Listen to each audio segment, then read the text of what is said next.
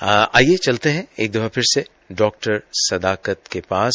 اور فیاض علی صاحب نے کہا ہے کہ پاکستان میں رول کیوں نہیں ہے, سسٹم کیوں نہیں ہے, کورٹ آرڈر پہ عمل کیوں نہیں ہوتا, پولیس اس طرح سے برا بہیو کیوں کرتی ہے, اور رٹ ایک سرکاری آدمی کی اس طرح کے کیوں نہیں. چھوٹی سی بات بتاتا ہوں اجاز بھائی کہ میں نے دیکھا کہ امریکہ میں جہاں بھی کہیں آپ اپنے کام کے لیے کسی دفتر میں, کسی ایئر لائن میں, کسی جگہ آپ جاتے ہیں جی, تو آپ اس سرکاری شخص کے سر پر چڑھ کے نہیں کھڑے ہوتے, اور ایک کراؤڈ اس کے سر پہ نہیں چڑھا ہوتا, اور اس سے 6 لوگ سوال نہیں کر رہے ہوتے یا اپنے کام کے بارے میں نہیں کہہ رہے ہوتے.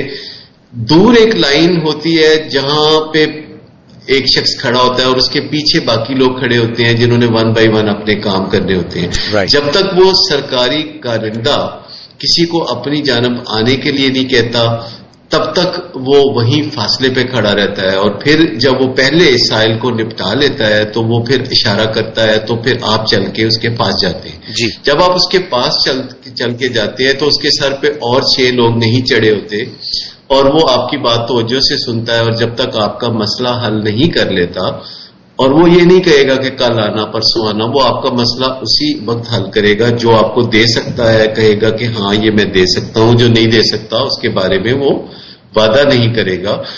اور وہ اپنی عزت کرانا جانتا ہے, عزت نفس کا مالک ہے, اس نے رشوت کی توقع نہیں رکھنی.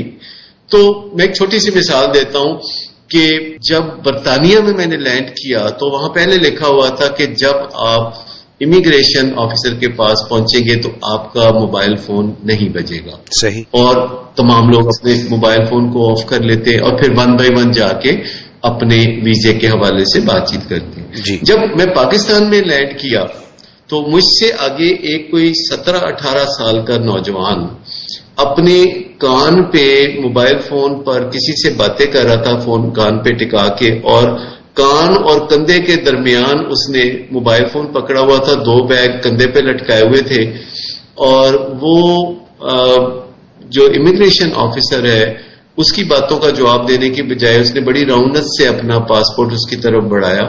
امیگریشن آفیسر نے بھی اس کو کچھ نہیں کہا, پاسپورٹ پہ سٹیمپ لگا کے جانے دیا. تو میں نے اس سے کہا کہ آپ نے اس سے کیوں نہیں کہا کہ یہ پہلے اپنا موبائل فون بند کرے اور پھر طریقے سے آپ سے بات کرے. تو اس نے کہا کہ پتہ نہیں یہ اندر سے کون ہے, تو میں یہ نہیں رسک لینا چاہ رہا تھا کہ یہ کسی بڑے آدمی کا بیٹا ہو اور صبح مجھے مسائل ہوں. تو آپ یہ جو ڈاکٹر صاحب بات کر رہے ہیں تو ہمارے ملک میں ایسی کوئی عزت افزائی والی بات ہمارے لیے نہیں ہوتی, چاہے ہم کوئی سرکاری پوزیشن میں ہوں. برطانیہ میں آپ کو بتاؤں کہ ہر سرکاری ملازم ملکہ کا ریپرزینٹیٹو سمجھا جاتا ہے, اور جیسے ملکہ کی عزت ہے ہر سرکاری ملازم کی عزت ہے, چاہے کوئی پولیس میں ہو چاہے کوئی کسی ادارے میں ہو.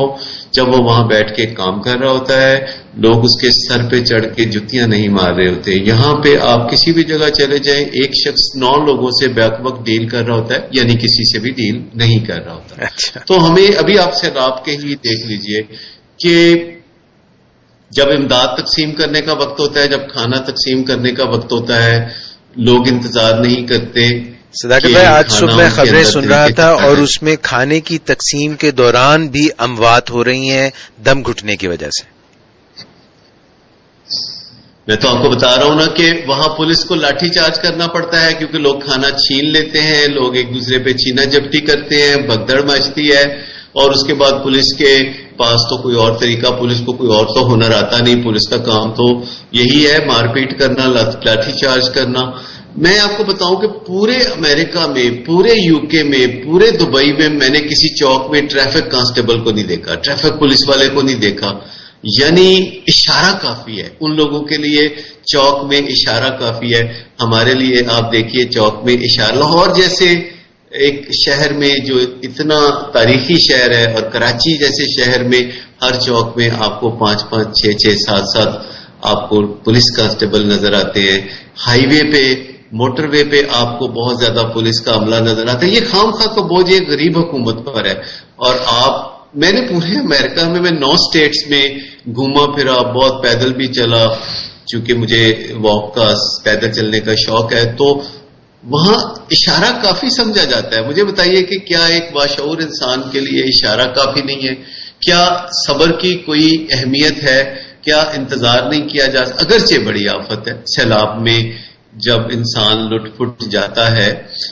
مجھے اچھی طرح احساس ہے بہت ہی کہ جب کوئی سیلاب آتا ہے اور انسان اپنا گھر بار اور سامان چھوڑ کے جاتا ہے تو وہ بہت اپسیٹ ہوتا ہے، پر ایسے ہی موقعوں پر تو اسے تھوڑا عقل و دانش سے کام لینے ہوا، جس سے مجھے پتا چلا کہ سیلاب زدگان کتنی مصیبت میں ہوں گے. میرا ایک فلائٹ میں سامان جو ہے وہ گم ہو گیا اور ایک 24 گھنٹے مجھے اس کیفیت میں سے گزرنا پڑا. جو تھوڑا سا 2 سوٹ کیس تھے میرے، ود ان 24 آور انہوں نے میرا سامان میرے ہوٹل میں پہنچا دیا. جی تو یہ جو چیزیں ہیں یہ تبھی ہوتی ہیں جب آپ برا بلا نہیں کہتے، جب آپ کسی کے سسٹم کو سمجھتے ہیں. تو مجھے یہ بتائیے ہمارے ایمان کے دعوے کتنے زیادہ ہیں؟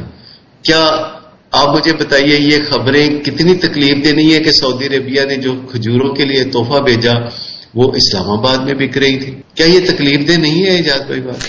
جی بالکل آپ صحیح فرما رہے ہیں، کیونکہ اس بار جو سیلاب آیا ہے اس کا گزشتہ جو زلزلہ آیا تھا اس سے ایک یہ بھی فرق ہے اگر ان کا موازنہ کیا جائے کہ پچھلے زلزلے میں لوگوں نے دل کھول کر احتیاط دیے تھے، مگر کیونکہ ان کے صحیح اپروپریٹ طریقے سے جن کو ملنے چاہیے تھے ان تک نہیں پہنچے، یا کچھ جو وہاں کے ایسے چیدہ افراد تھے یعنی کہ حکومت کے افراد تھے یا رولنگ پارٹی کے افراد تھے، ان کے جاننے والوں کو زیادہ احتیاط ملے اور زیادہ جو بھی فنڈز دیے گئے تھے اور جو بھی چیزیں تھیں انہوں نے ان کو ذخیرہ کر لیا، اور بعد میں وہ مظفر آباد میں کمبل اور جانے کیا کیا بکتے رہے. اور سیلاب میں جو لوگ اس وقت گھرے ہوئے ہیں تو لوگ باوجود اس کے کہ رمضان کا مہینہ ہے اور دینا چاہتے ہیں اپنی زکوٰۃ خیرات عطیات، مگر لوگوں کا ہاتھ رکتا ہے کہ کیا یہ جو اس چیز کے مستحق ہیں ان تک پہنچ پائے گا یا نہیں. سو ایمان کا فقدان ہے، بھروسے کا فقدان ہے، اور ہم دعوے تو بلند و بانگ کرتے ہیں مگر ان کو شاید ہم باٹم لائن تک اور فرنٹ لائن تک نہیں پہنچا پاتے.